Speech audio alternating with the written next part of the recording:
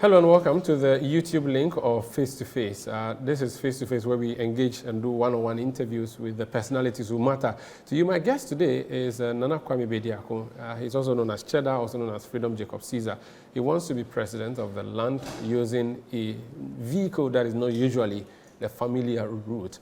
Please join us, watch this particular interview and share it with others to also see what he's really made up of. My name is Umaru, Sanda, Amadu, and you're welcome to this channel. It's an election year, 2024. Ghanaians have another opportunity to choose who leads them for the next 4 years. That election will happen on December 7. Ordinarily, we see big political parties do their campaigns, but this election year, we are seeing a new number of new faces coming up, which new faces are saying that they're going to be running. In fact, we already know Alan Kojo Chamante is going as an independent candidate. We're having someone who has taken the nation by storm when he announced his interest in being the president. He's my guest on Face to Face today. I'm going to ask him a few issues around being a president and running Ghana. My name is Umaru, Sanda, Amadu, and you're welcome to Face on Citi TV. My guest, if you read about him online, has been described with one person with 3 names. So I'm sure all his names are known to all of you.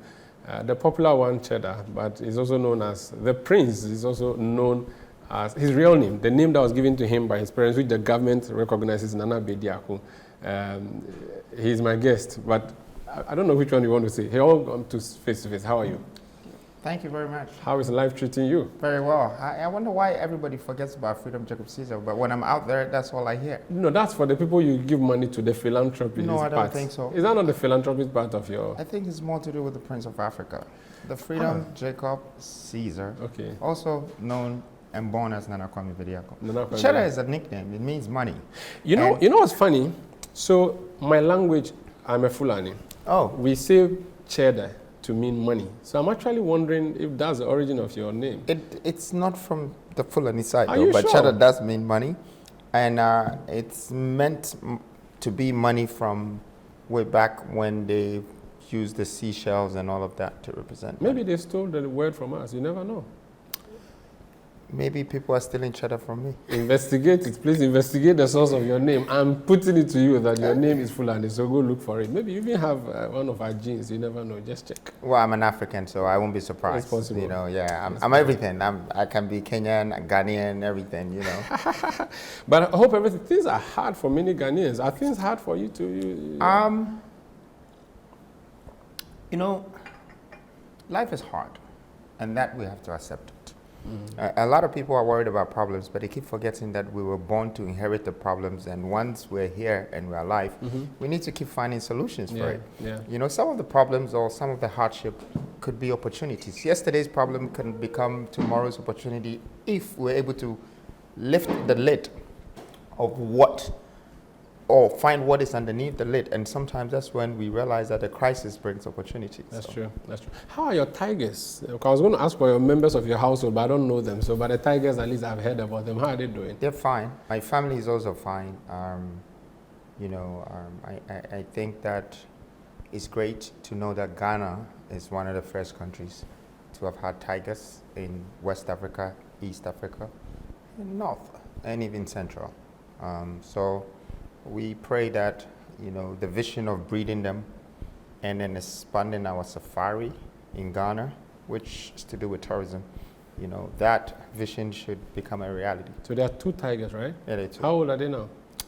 Just a year and 4 months. Do they have names? Yeah, Kunta and Kinte. Oh, Kunta, Kinte. Yeah. Are they twins? So no, the story is when I got the tigers, it was about the story of Kunta Kinte, you know, leaving his space and struggling and surviving. So for me, I got the tigers because they said that they would never survive in this part of Africa. So you want to prove that And wrong? I brought them, so, you know, I named them Kunta and Kinte, that, listen, you need to survive, you need to struggle. You know, you're on a slave tour.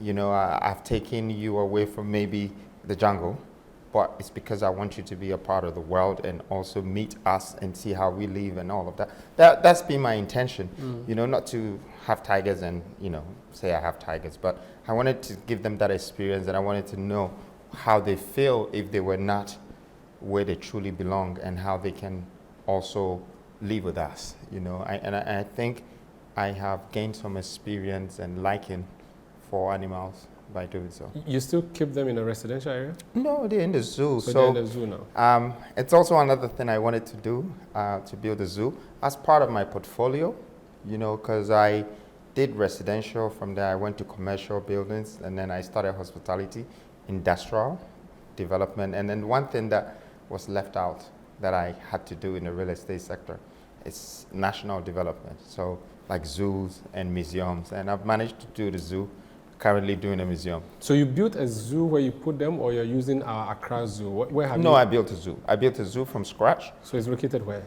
In Achimota Forest. So inside the forest, there's a Cheddar Zoo?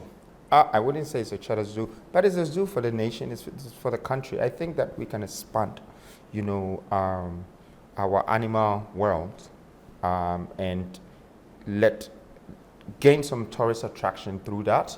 I've seen animals in Ghana, and I think we can, you know. You can do better. Yeah, I think so. So they are in your care, even though they are in the Achimota Forest. You feed them and all of those things. Yeah. So their cost is your cost. You They are not for the states.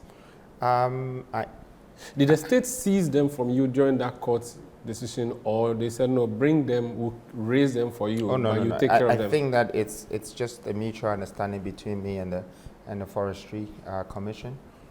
That, yes, you go ahead, build your zoo. Of course, you have to take care of them. There is caretakers, there are trainers and all of that. There's vets, doctors that take care of them. You know, it's like your child. You have to take care of them. But you initially wanted them as a pet. Now that they're in a forest, that's fine. You can't get to... I don't think I wanted them as a pet. It's just Ghanaians that always jump into conclusion, okay? I told you the reason why I got them. Yeah. Because I wanted to increase the tourism of this nation, one. Two, I wanted to prove to the Asian world that it's possible. If gold can be found in China when they don't have any sort of gold mines there, or should I call it concessions, why can't their animals survive here? Okay. Let's leave your animals. Let's talk about you. Do you have a university degree? I didn't finish university. Yeah. Which university did you go to? Westminster. Were you rusticated? What happened? How come you left the school? Did you resign? It was my own decision, because, you know, I like the lectures and everything. You know, I was studying BA Hons, and in what? Our business administration. Okay. So I thought I was doing much better by doing my own business than sitting down and learning about how to get a job one day. That's one of the reasons why I took that decision. And it worked for you? Well, you know, there's certain decisions, Umaru, you're going to take in life. You become responsible for yourself. If you do well, it's for yourself. If you do bad, it's for yourself. So this was at what age? I was young. I was just before I turned 20. You have 4 children, I've seen somewhere. Is that true? Yeah. If any of your children said to you they want to quit school, you let them be? I don't think so. I don't think that I also had a father at that time that would say that, hey, son, you have to make it to the end. You have to acquire your degrees. I'm paying for your fees and all of that. You know, my father died in 1999, and around that time I was in university. But I was more or less a man of my own. You know, it's different. It's how we were raised, and people need to respect the background of people. You see, the thing about us, the black society, is that we question everything. You know, we don't have solution for things. We question things. You know, some people probably were raised by a mother, not a mother and a father. And because of that, their background would determine their future and how they grow up. And we just need to respect them for who they're becoming, not for who they are, really. Because it's beyond circumstances that has carved them into that character or into that person. But you didn't leave university because you couldn't afford the fees, no, right? No, it's not about that. You just left because you thought it was pointless. No, I didn't think it was pointless. I thought that you'd do better with or without. I had to make a choice. Degree. That's all. I had to make a choice, but that choice that I made was a decision that I had to take and find my choices later. Okay. And many decades on, you still haven't bothered to go get a degree, and you would not do, would you? I think I've acquired more than 35 degrees since I left. See, people think degrees are only things that you get from academia curriculum. No.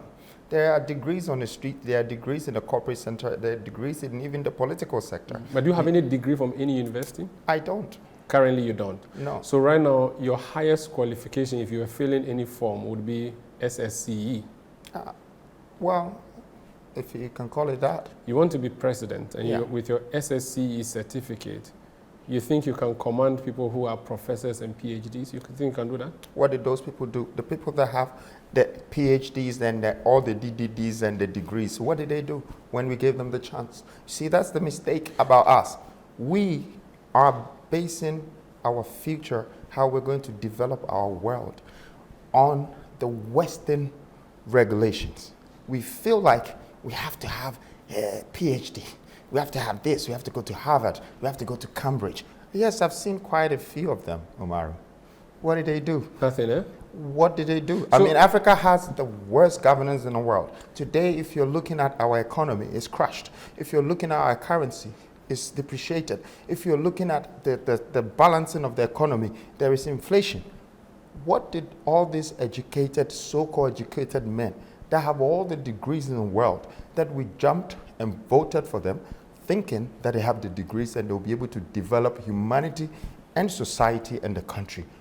What did they do? I think you and I can witness it and we can see.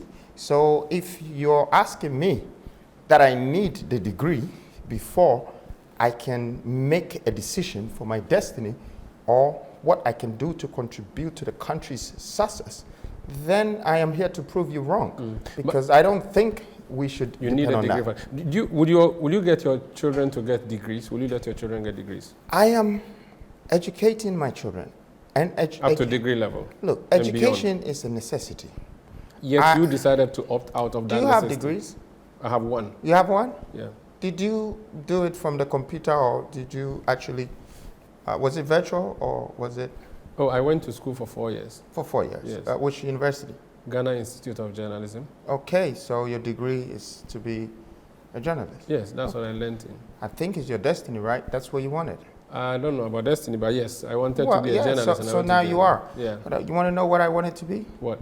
I wanted to be a pilot. But then mathematics was scary, so I decided so you to decided. Okay. Yeah. What did you want to become? I just wanted to be one of the greatest people in this world. I wanted to leave a legacy. I wanted to make sure that by the time I leave this world, I've impacted so many people's And there's lives. no degree in that. There wasn't. Yeah, I but couldn't find it. that's just on your children. So you would make sure your children get degrees. I am giving them education now. But so how do you marry the two? That their father was rebellious against education, thinks that education is not the end to everything. I mean, there are people who say Bill Gates didn't have all those things. I am not rebellious. No, you to rebelled. education. Let me correct you. Okay. I am not rebellious to education. What are you? I just said that I did not acquire a degree. Because now, you opted out. That's yes, rebellion. but I'm not rebelling against it. Your mates were in school with you. It is my decision. Yes, that's rebellion. That in life. That, you rebelled. I had to, let's not get too much grammatical if we have to show expression. Yes. Well, the point I'm trying to make is that education is important. But it's not only university education, it's what you need to acquire. Yeah, but so you see this statement you just made, you should stick to it and say, because of that, I'm going to teach my children about Kunta Kinte. I'm going to teach them about Sumanguru and Sundiata and say to them that, listen, if they said they would not go to school, you're not going to force them, right? No, listen. As a father, I am responsible for my child, or for my children. Now, if I am raising my children with my wife and my kids under the roof, it's my rules, it's my conditions. It's how I carve my son. Okay, I already told you that when I was growing, I was the man and the boy for myself. I was in England and I made that choice. So it doesn't mean that I should force my son to walk on the same route like our fathers did to us. I'm a lawyer, so you become a lawyer. I'm a journalist, so you become a journalist. That is the Ghanaian mentality. Okay. Well, I don't believe in that. Where were you born, Ghana or UK? I was born here. You were born in Ghana, in Kumasi? Yes, I'm an Ashanti. Where did you grow up? Which town? Asokwa, and then I grew up also in Accra, then I grew up in England. So I've grown up in Sweden. It's interesting you bring Asokwa, so I want us to test a few things, clear a few things. There are many people who write on social media and say Cheddar is a joke. And the reason is that Cheddar says, Odi Epunu Eba Kumasi. Did you really say that? And what did you mean when you said you were taking the sea to Kumasi, if you said that? Well, first of all, I mean, people have the right to describe you, to define you, to insult you when you take decisions like this. My only problem is that the people who are saying that better be intelligent enough to do better than who they're trying to bring down. Now, talking about the sea coming to Kumasi and everything, you know, I think that there are a lot of learners in this country. But did you say that? You said that? Yes, I said it, okay. and I'm giving you your explanation. Please go that ahead. you want. Okay, there are a lot of people that have acquired degrees, including yourself. And a lot of people have traveled, and even if they haven't, because the biggest side, the biggest part of our population is the youth. I think that they're also enlightened to see that if you were to pick 50 best cities in the world today, press one button after one after one, all the 50 is developed around water. All of them. England, London, New York, Miami, Los Angeles, Dubai, you name it, Florence. It's all water. Water is life. It gives irrigation. It gives a lot of things. Except seawater doesn't give irrigation. No, please. Let me finish. Continue. Okay? Let me finish. You kind of remind me of your mate in Citi. What's his name? Ben. Is that? That's my boss. That's your boss. Okay, so you guys, like, you ask the questions. We have an hour. You've asked me if you want to say that sea doesn't give irrigation. Sea is for transportation. Yes. It's part of the reasons why it's needed. It connects the world. Rivers, lagoons, it connects the regions. So you dredge them. As you see in England, there are canals, there are ferries in the Woolwich areas. What do you think it's for? It helps. It brings some sort of connection within the communities and the development of these areas. Now, let's take a place like Tamale. And you are Fulani, so you can see the heat there. Okay? If we're able to connect any water bodies in those areas, that weather will calm down. Because whenever the sun heats up, he has nowhere to go, so it stays on the flat land. And now when the wind is blowing, there's heat in it. It's the same thing in Burkina. Are you sure? Yes, you can check yourself. I have been to Dubai. I was very close to the sea. That temperature was burning my brains. Dubai also, Dubai is a desert. That's Yes. what happens. So the only thing, please. So the northern part of the country is getting closer to the desert zones. Are you saying that if we put a river in Tamale, the heat will go down? It calms it down. Okay. How do you survive in Dubai? No, but let's look at the practicalities of sending the sea. Did you mean that literally, that you send the sea to Kumasi? It's dredging. Okay, It's so dredging. what's your plan? Well, you can paint a picture for me. You can just simply listen, guys. No, not what you can. What would you do? What I don't need to break it all down for you. No, give me the general picture. Yes. Okay. There's River Pra. Okay. River Pra goes all the way into the sea in Cape Coast. Yes. And it goes all the way to Kumasi. There's River Tano. River Tano goes all the way to Takoradi, Elibo. It joins the Ivory Coast and everything. When you go to Ivory Coast, there is the sea and there's a big dredge that they brought the water into a river body. And it's in the middle of the city. These things are possible. I'm coming. It's everywhere in the world.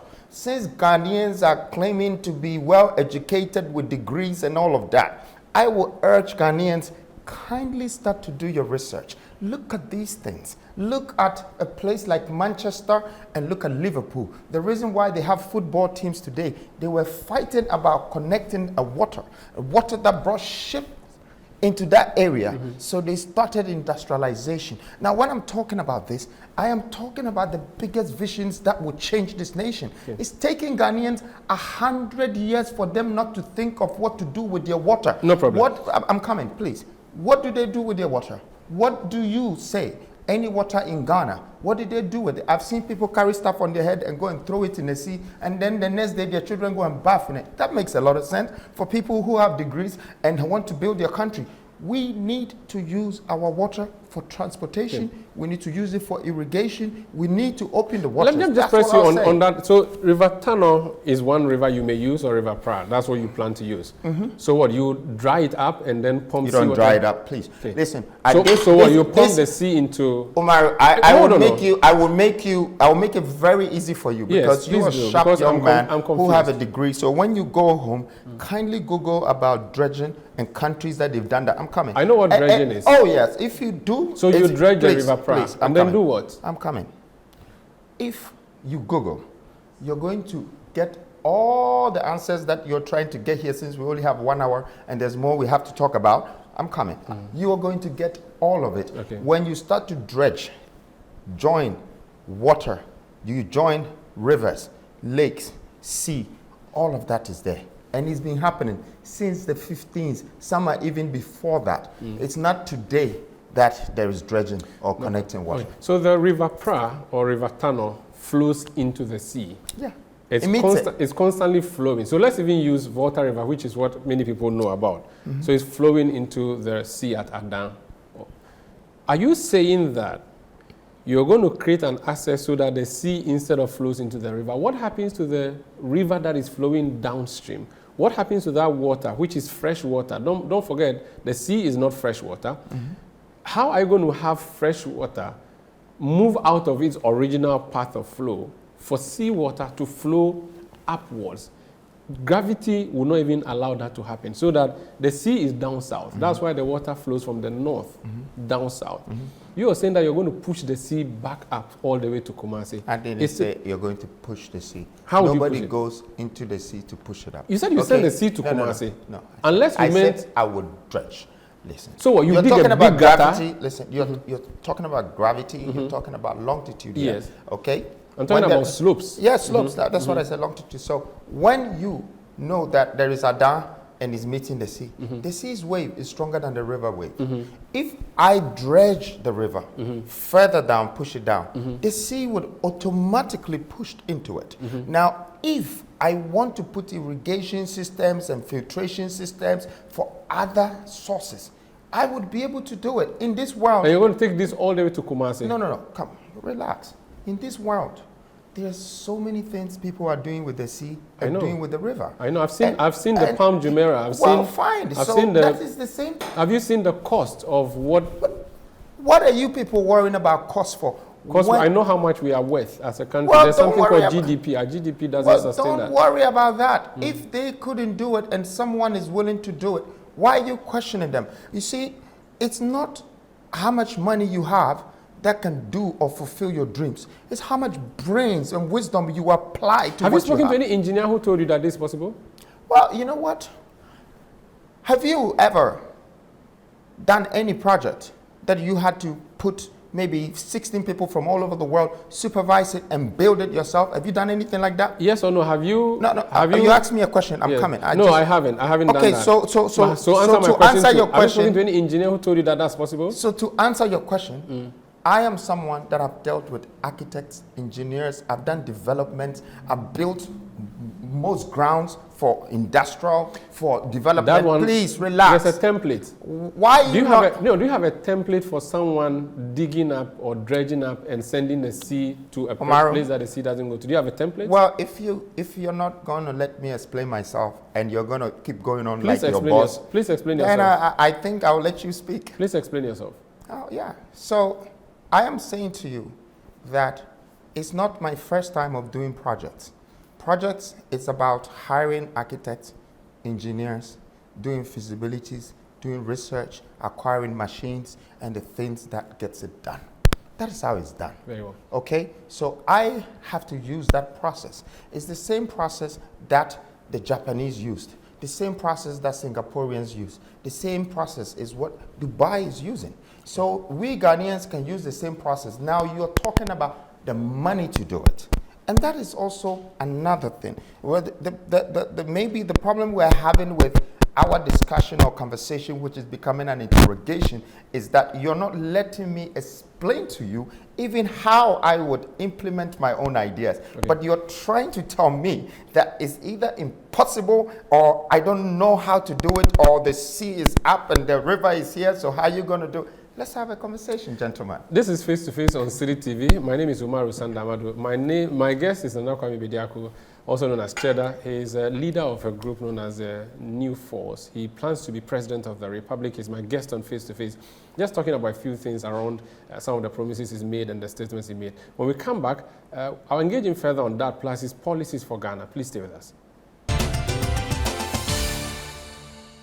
You're welcome back. This is Face to Face. My name is Umaru, Sanda, Amadu. My guest is Nana Kwame Bediako. I like to call him Cheddar. I've told him that that's a name from my language. He doesn't agree, but we will not split heads over this. Let's go back to Cheddar, or Cheddar, which is money. When you spoke to Bernard, my colleague, you spoke about making your first £1 million from scraps. That's something that people dragged you on social media for a long time. I mean, scrap, was it gold scraps? I wouldn't really want to answer these questions because you know what? I think all the people who are interviewing me are just going around the same thing. I want us to make more sense in our interview. When someone is standing for president, there is economy. There are things that we can talk about. Yeah, you spoke about economy with Bernard. I'm coming. Everybody seems to want to talk about my life and try to get a headline. Look, I think they've tried. A lot of people have tried to make their headlines, the media twisting and all of that. But one thing that Ghanaians and even the media platforms and young people who are sitting in front of me is that if we're talking about degrees here and it's about achievements and what people should do in life, I have acquired a lot of that. Great. And if you're talking about knowledge and wisdom, I am blessed with a lot of that and grace. So there's so many times, like I can really put people where they deserve to be. When they're trying to, go around and everything. Yes, I gave you a shot with Tiger. I gave you a shot this, that. But you're going back and forth. Let's go straight into the discussion. Okay. I am here to have an interview with you. Yeah. My interview with you is for us to talk about the future of this country, not the past of Nana Kwame Bediako. It does not educate people who are listening to us. And I think that, let me use this opportunity, Umaru, to tell you something. Maybe they can learn from this moment that you and I are together having this interview, that Ghanaians are not having positive interviews, that they can tap into like the best part of our people. When you meet people, let the people see what is in their head, what is in their body, what their soul is bringing and yielding out. And people could learn from that. The teasings, the jokes, the this, the that, a joker, this, that, see this and that, it's all irrelevant. Ghana is going through a lot at the moment. We have close to 80% jobless people. Yeah. Okay? 15% that are working are more or less slaves for multinational platforms. We need to build our own platforms, our own industrial platforms, create our own entrepreneurs. We're here sitting down, busy, talking about politics when politicians themselves have become the private sector and then using the private sector people to become contractors, so they just give them contract. You ask me a question and name one person in Ghana that can become a multi-millionaire or a billionaire without the government. Okay, Nana, the reason that I have to ask you the question I ask you and why journalists ask you is that you can't build nothing, or you can't build something on nothing. We need to know what your foundation is, what your background is. It is there. Look, it is there, Umaru. You landed. No, you landed. So can I also make my point? If we do not know what you are made of, there's no point voting for you. We need to know that this is your track record. This is what you have done. You have said A, B, C, D. We have to hold you to your words. If you said that you are dredging the sea and sending it to Kumasi, as a journalist, I'm duty bound to ask you. And I'm asking you on behalf of the people who you want to vote for you. If you said to me that you made £1 million out of scraps in the United Kingdom at age 19, that will raise eyebrows, and I ought to ask you how you made it. It doesn't raise eyebrows. No, the reason I'll ask you... It doesn't raise eyebrows when the musician makes $2 million. Let me land with... The musician goes on stage and sings, and we see what he does. You were not a musician. You said you were doing scraps. It's true. We want to know so that someone who wants to learn from you would be inspired to know the path, show us the way. Second, we need to question your source of wealth. It's very important that we know that before you become our president, if you ever became our president. Well, let me just answer your question for you right now. Umaru, first of all, if anybody wants to find out how I acquired my wealth before even 21, it's on the internet. There's so much research they can do. That's the internet. You are here with me. Speak to me. Please. If somebody wants to find out my income today, it is all there. You know, I have built hotels. I've done all of that. It's all there. It's bringing me income. It's yielding. I'm creating employment. But the thing that I'm saying is that journalists should stop wasting my time asking me the same questions over and over again. None of you even have the guts and the ask any sitting president or ex-president these questions like, where did you get the money from to do your campaign? And you are a president, so you're not supposed to have wealth. None of you. But when you have your age group or someone younger than you, and then you guys are trying to make a mimic or take a joke out of this, how many times have I answered this question? How many times? How many times have you even heard, like as if you didn't know that I've said it already? How many times, Umaru? So that's my point. My point is, you guys, as journalists, need to sit down and say, look, I'm going to meet Cheddar. This guy, well, if he's not intelligent, maybe he's smart. If he's not smart, maybe he's an achiever or doer. He's not just a talker. Let me get some good questions so I can ask this man, then we can find out more about him. But you're asking me questions that almost 100 journalists have asked me. So I asked myself. The reason is that you haven't answered. Because I have. Convincingly. Well, I have. I don't know so what. it is important that we ask you until we get the answers. And we're asking you on behalf of the people you want to vote for you. I don't know how again you guys want me to show you how exactly money is made. That is the laziness of some of the people in this country. They're asking me for a template. That how exactly. You know, how do you think I build a building? How do you think? Wait, how do you think? That is investment and development. But you're still asking me source of funds. How would I use 4 years to do a development? Bring architects, engineers, pay them systematically, monthly, yearly, to see everything coming up in steps. When I finish, you still ask me, how did you make your money? No. How are you making money out of this? No, we're not asking you. What is the sense in this? We're not asking you about how you put up a building, which goes, we know the systems to put up a building. But when we ask you at age 19 as a university dropout, how you made £1 million, that is a question that we should ask you. And that's a question you should answer because you are not the only 19-year-old in this country. So how come you're the only one? And that is why it's a story, and that's why we're asking you. Again, you're the only one who at age 19 got £1 million and wanted to be president. First of all, if you didn't want to be president, nobody would have bothered you. First of all, get your facts right. It says that at the age of 21, not 19. Fine, 2 year difference. And wait, 2 years difference. It's not the 2 years difference. It's you as a journalist trying to be factful and you don't even have your facts. So I want you to move on to maybe some better question. Ghanaians can choose to say whatever they want to say. Let me ask you a better question. How much do you pay in taxes annually? Is that a better question? Well, you know what? If this meeting or this interview is about interrogation, about figures and all of that, please, then what is the point of you calling me? Because we definitely had a discussion. You asked me that what are the things that we need to talk about. I talked about my fund, Save Ghana Fund. I talked about the petition to the EC. The petition. All of these things. It's part of the. You are here interrogating me about. Please leave that one for the commissioner. Leave all of these things. For GRA. I didn't know that you people are playing the roles of all these people. Actually, Ghanaian journalists should be trained. You know, when you look at please don't educate me on journalism. Oh, but I think so. I think you guys should be trained. I have practiced this because you need to go international. No, you need to go international, and you need to be seen there. Like I'm here, and I know about Oprah. She's one of my favorite, presenters. No problem. And I think they ask random questions, normal questions. They don't interrogate people. They have conversations with them. Okay, but when it comes to Ghanaian journalists, all of you are looking for headlines. You're trying to act like, oh, yes, this, that, and then, okay, he said this, so is this. No. So you think I've come to you. You think asking you about your taxes is wrong? You think Oprah wouldn't ask you about your taxes? If you want to ask me about taxes, hey, I heard you don't pay taxes. Is that true? But you coming to ask me, how much do you pay a year for your taxes?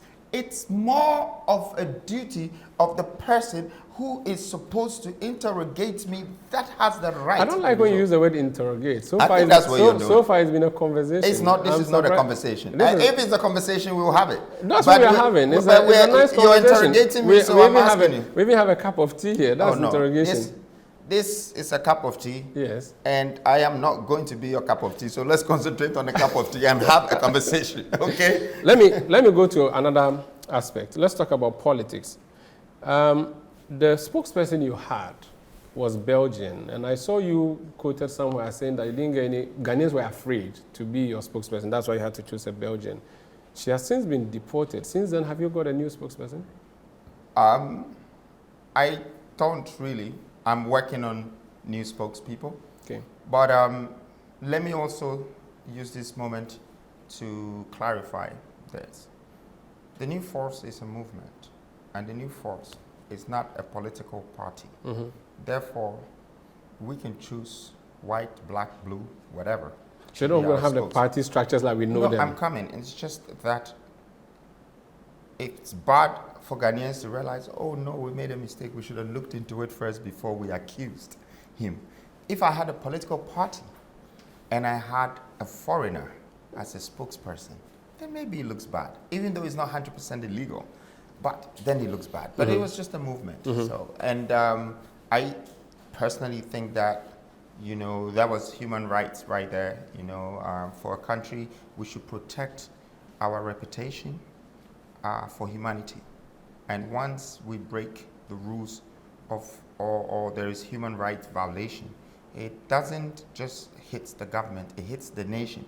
Then we start to look like Ghanaians are either racist or we are this or that. For me, I think that she was just doing the job that she volunteered for. And I think she was very skillful for what she did. You know, as for how she was treated by the government and Ghanaians, I'll leave that. Okay. Let's talk about campaign financing. There are so many of your billboards in town. In fact, wherever you go to in this country, and not wherever, but I mean that in a general sense of where there are billboards of Cheddar wanting to be president. That's a lot of promotion. Campaign financing, how much are those billboards costing you? Again, you are into figures, asking me how much this, that. All of that, I don't need to sit here to tell you how much I invested. No, you're not telling me, you're telling Ghanaians. Fine, I don't need to tell Ghanaians that this is how much I have invested in my campaign. But I also don't need to respond to you how much I have invested in my campaign when you had the chance to ask some of the presidents or ex-presidents. You could not ask this question, that where did you get the money to do your campaign? Or you asking me, the businessman who have decided to go into leadership, you're asking me to tell you exactly how much my billboard cost me. I think, again, and it's not like I'm not liking your questions, I just feel like it's not for this interview, because if you ask anybody, it's more of interrogation, or if after this interview, if you sit down and watch, you are gonna see that, yes, you were interrogating me, I'm not the type to be interrogated. I like to see the young people of today, that they should grab that, you know, courage that I have to be able to stick my neck out and say, I'm going to stand for this. Yes, of course, I know I will be attacked, I will be sabotaged, a lot of whatever, but I'm still going ahead because I stand for the youth, and I believe that I have something that will make this country a better country and develop people in a better way. But to end what I'm saying, I think that I would be so proud to see you one day ask either the president, the sitting, or the ex-president the kind of questions you're asking. Don't worry. Me. This is Umaru, Sanda you're speaking with. If any of them sat in front of me, this is the same way I'll ask my question. So you're not going to tell us how much it's costing you to be president? You don't want us to know? I don't think, that's why I've given Ghanaians the chance to, first of all, invest in the Save Ghana Fund. And then the investment. That's actually what I was going to come to. So you don't want to tell us how much. We've gotten in there now. No, so just a second. You see why it's important that you answer. There's something called accountability in campaign financing. But that is what I'm also going to tell you. Let me land. Campaign financing accountability. You are asking people to donate to your cause so you become president. We saw Obama execute that beautifully in 2008. Yet you don't want to tell us how much you have spent. Are you going to tell us how much you receive from Ghanaians when they send you? So first of all, and that's why I think that, you know, maybe if this is your style of interviewing, like, you know, you just come, you know, let's get in the ring properly. So first of all, it's clearly said that everything you put in this fund is visible and it's transparent. Okay, so you see the money there. Why did I, first of all, initiate that idea? Because I'm trying to change the narrative of politics in this country. That everybody goes to the people and give them money and said, go and vote for me. I am the first leader in this country who have set up a fund and saying to the people, invest in me. I don't mind whether it's 1 city or 2 city. But when you do, you are going to see the money and what it will be used for. So I've already clearly said that and given the chance and opportunity for us to share this opportunity to use our own investment to put leaders in place. That is happening, okay? 1. 2, if I get or I make this become successful, is the chance for me to show Ghanaians how responsible I am and how accountable I am. But that is their funds that they've put in me. If Ghanaians want to ask me for my own funds, then I have my own rights. I don't have to disclose it to anyone. Okay. The people in Ghana don't go around disclosing their funds to people for what they do. But if they do put the money, do you understand what I'm saying, Umaru? Yes, but I don't agree. Well, you might not agree because I don't have the right to come and ask you what you do with your salary and how you use it. I'm not running for president. What I'm saying that, me running for president, that's the difference. No, but it doesn't. You're going into public office. I'll be paying for your everything that you're going to be using in life. At the moment, so I need to know who I you are. am an aspirant candidate. Well, I don't even have a party for me to belong to an EC or a constitution in this country. I'm a movement. I'm a movement from the private sector who is put his own funds. Who must be questioned immediately he decides to go into public office. You can't question me. But so that's why I'm questioning you. Well, you can't question me, but you should leave it for those who have that metropolitan or that judicial right to ask me some of the questions. That question it's not everything that has to be asked in the courts. Well, it's not. Some things are asked in the public opinion court. And it's not everything that have to be answered. So you're not going to answer that. Well, how much have you raised so far from the public funds? That it's there. If you Google it, you'll see. Oh, I mean, do you want to share it with my viewers? Well, I just think that it's very transparent. So I don't know as of now because every time you go on there to vote, you see. How can someone donate? How can someone donate to your campaign? Oh, you just you either go on the website or you dial *284 hash new force and then you know. Is there a minimum I can pay? Even if it's 0.10, You're 0.1 everything. people have donated that, and I think this is great because we're changing the narrative of politics. We're making people start to think that.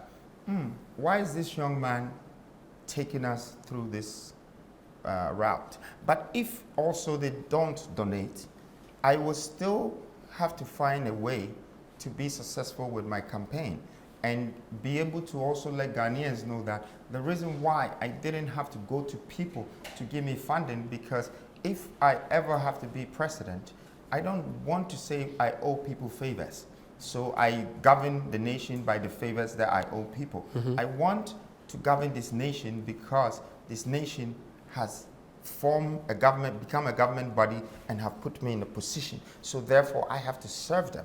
And that's why I put out the donation process. I want them for the first time not to take money and use their time to vote people, because that's like selling your soul, to leadership. To politicians. I want us to change the narrative. And the only way to do that is to start with the youth of today, which is by far the biggest size of the population in this country. If they're able to implement that, there's going to be a change. And the ones who are coming after will follow that. So me initiating some of these funds and all of that, this is the reason.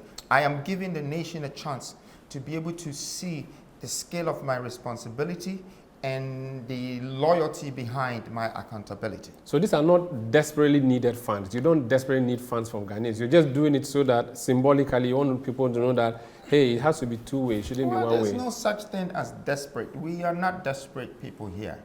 Okay, I think Ghanaians are very peaceful. We're kind, we're jealous, and we're peaceful. I don't see a sign of desperation. In fact, our culture doesn't make us as aggressive as other people, but we survive. We're in a surviving mode. I just think that it is the right way because everybody else was going the other way by going to people rather and putting money in them and say, take the money and go and vote for me. But when I look at the Western world, they're not doing that. And And that's the same democracy we're practicing. Okay. So how come we are completely different from the Western world? And it's not like I'm copying them, but I think what they're doing makes more sense. Donald Trump is a billionaire. But when he had to campaign, he went to the public. And he wanted the public to invest in him. Yeah. They did. Yeah. And he helped. Yeah. And so he could have just used his billions to say, okay, I have money, so I'm going to do the campaign myself. Yeah. In my case, it's the same thing that I'm appealing to the nation that, look, if you can help me do this, I would be accountable for it. Okay. Whilst we're campaigning, which is 275, we're about to do 275 constitutions that we're going to go through. That's going to cost me a lot of money. Very well. I've done a lot of investment, but I also realized when I was doing the 16 regional listening tour, I realized that people are suffering, and some of the things is just 30 or 50,000, and people can have water to drink. Can solve that problem. Some of the things is 100,000 CDs, and they can have a processing plant to do something. So, we want to do that. We want to be able to take thousands of bicycles, give it to some people. We want to be able to give some people credit, so they can have. They can make calls. They can, it's very difficult in the areas that we've visited. And I think we're in Accra, so we might not see the country in a whole, but we really need to help ourselves, and we need to activate the rest of the regions that is not active. You have penned a petition relating to our electoral matters. When we come back, I'll talk about that. This face-to-face on Citi TV. My name is Umaru, Sanda, and my guest is Nana Kwame Bediako, who wants to be president, popularly known as Cheddar. Please stay with us. You're welcome back. This is Face-to-Face on Citi TV. You have penned a petition about our election matters. What's your matter? What's the issue? Well, it's very simple. I think that, since I'm going into leadership, it is very important that I learn about the industry, not only in Ghana, but worldwide. And I realized that, in 2016, we had 26,000 polling centers. And out of that 26,000 polling centers, it was also open for registration. So people had 26,000 spaces to register. Some of them have to walk half a kilometer just to register. Okay, now in 2020, they increased it from 26,000 to 33,000. And 33,000, it's maybe 7,000 more slots or spaces was added to it before they were able to register the people who were coming in. And 2024, funny, and for some reasons, they closed all these registration places and turned it to 258 of offices that belongs to EC. And then they have like 2 or 3 tables as constituencies. So in total, they're saying that they have only 1,068 for registration, which amounts to only 3% of what has happened in the past 4 years and 3 years. But here's the catch, right? I asked myself, why have they restricted everyone? Then I looked at the days. It said 7th to 27th. That's 20 days. So I checked England, I checked America, I checked Nigeria, I checked the world. But everybody is a year, and they only close maybe a week or a month before election, because they need the time for people to register and to educate them about democratic rights. So they need to understand that their voting rights is what determines the future of the country and the leadership of the country. So that is the very important part. So they should open up and allow more time. I want to just land, okay? So I realized that why have they closed all the slots? Why is it not like before? And then when I added the days, I realized that no, this is not right. It's not impossible, because here's the calculation I did. All right, so you have 1,068, okay? That 1,068, I personally went to some of the registration places. It takes between 15 minutes to 20 minutes to register one person, meaning that in an hour, we have 3 or 4 people being registered, okay? When you times that by the 1,068, in a day, you're registering between maybe times 8 hours, basically. You're registering maybe between 26,000 to between 18,000 to 26,000. That's if everything works perfectly. Now, when you do the 18,000 numbers and multiply it by the 20 days, you can't go more than 172,000. That is the capacity to do the voting. So I started to question myself, why? What are they restricting? And guess what I found out? So in 2020, there were people that turned 18. 2021, they became 19. 2022, they became 20. 2023, 21, 2024, they're 22. Out of these years that I'm talking about, you've had millions of kids within the 4 years that have come into the system who are eligible to vote. Why are we restricting them? Why are we stopping them? Why are we going to close the borders and let them struggle all the way for another 4 years till they get to 23 before we start educating them about our democratic rules that constipates the country's regulation and its constitution? The EC has targeted 600,000 within 21 days, and so far they've done over 500,000. Do you know, based on all the analysis you've done, that the number is supposed to be more than 600,000? Well, you can check yourself. No, have you checked? Well, I have. And it's supposed to be more than 600,000? I have. So how many people do you estimate should be registered who are going to be disenfranchised? 1 minute. So, first of all... No, do you have a figure you're working with? I won't be able to give you the exact figure. Can you give it to me? No, I won't. I won't be able to. But you see, the EC works with numbers, and they say this is how many people, works with numbers. Based on the Ghana Statistical Service data, this is how many people they expect to register. You don't agree. So do you have a contrary number? Well, I have a rough estimate. And what's that estimate? And I have an estimation. I've given it to you. So it should be more than 600,000. What should be? Millions. How many millions? Millions. You know what? So let me give you the statistics. 2 or 3 millions? No, please, relax. Are you I'm trying fine. to... I'm yes, fine. Relax. So 600,000 is what the EC says. This is you what are the saying EC millions. have said. So you're saying Don't millions. I have the right to say what I'm saying? No, if your rights are not based on facts, then it's pointless, right? Okay, fine. So I'm giving you my when you say millions, facts. How many millions? What I'm giving you my facts. And if Yeah, you so can mention take a your number. time and listen. No, just mention a number. Listen, I am not an institution like the EC that can just give you a number, take it or leave it. 20 days and 253. Register it. It's going to be 623,000. Okay. It's going to take the youth to sit there and say, okay, it's fine now. Okay. They've said it, so we agree with that. Cheddar, we need to go, but I have a very important question I need to ask you about. I still want us to talk about the EC because I think it's the most important thing. No, you've made your point. But the petition is out there, so... The petition is out there. Yeah, but you have just tried to end the question by saying that what the EC is saying is fine now. Because they are the ones that. That's what I'm saying that if you, to the extent that you do not have, to the extent that you do not have a contrary figure, I don't know what we should debate about. But I did have an estimate. You just said millions, and I'm wondering how many millions. I just have an estimate. Okay? And the estimate is millions. Millions is vague. No, statistically, 74.9% of this country right now is 0 to 45 years. Okay? That is 3/3 of this country. Okay? If we don't get these people to register and educate them about their votes, and we close them, that is one. They are not going to understand, and we're not going to have the right numbers for election. That is one. Two, do you know that in this whole country, everyone that have voted before, except if you have registered in 2020, your voting registration card does not exist. So even if you haven't done that, you cannot vote. Okay. Are we being educated about it? No is it out there? Do you know about it? Yes, they are doing education. They're doing education about it? Yeah, they are. I have a question for you. You are a real estate guru. You've heard of Saglimi housing. If you were president, what would you do to Saglimi housing? Well, I would have probably continued wherever it was left off. I mean, Cloconus, Andrew, may his soul rest in peace. He died. And we don't know the source of his death.